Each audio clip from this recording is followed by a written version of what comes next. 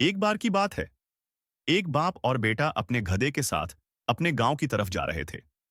बाप ने अपने बेटे को गधे पर बिठाया हुआ था और खुद गधे के साथ पैदल चल रहा था।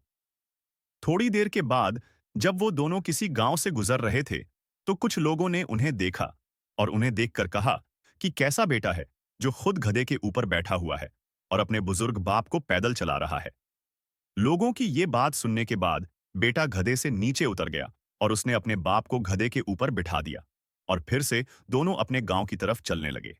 थोड़ी देर के बाद फिर से जब वो दूसरे गांव से गुजर रहे थे, तो उस गांव के लोगों ने भी उन्हें देखा और कहा कि कैसा बाप है जो खुद गधे के ऊपर बैठा हुआ है और अपने मासूम से बेटे को पैदल चला रहा है। लोगों की ये बात सुनने के बाद बाप भी गधे से नीचे उतर गया और अब गधे पर ना ही बाप बैठा हुआ था और ना ही बेटा, और वो दोनों बाप बेटे पैदल चल रहे थे। तो उन लोगों ने इन्हें देखकर कहा कि कैसे मूर्ख लोग हैं जिनके पास गधा होने के बाद भी दोनों पैदल चल रहे हैं। अब लोगों के ये बात सुनने के बाद वो दोनों भी बाप और बेटे उस गधे के ऊपर बैठ गए और अपने गांव की तरफ चलने लगे।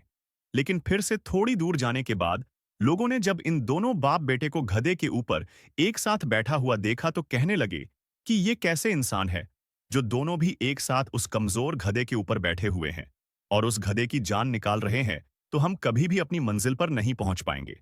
दोस्तों, इस कहानी से हमें ये सीख मिलती है कि लोगों की बातों पर ध्यान मत दो। जितने लोग हैं उतनी बातें होती रहेंगी और हम इस दुनिया में सभी को खुश नहीं कर सकते हैं। इसलिए जो आपको सही लग रहा है, जिसमें आपका फायदा है, उस बात का अपने दिमाग के आधार पर सही डिसीजन लो।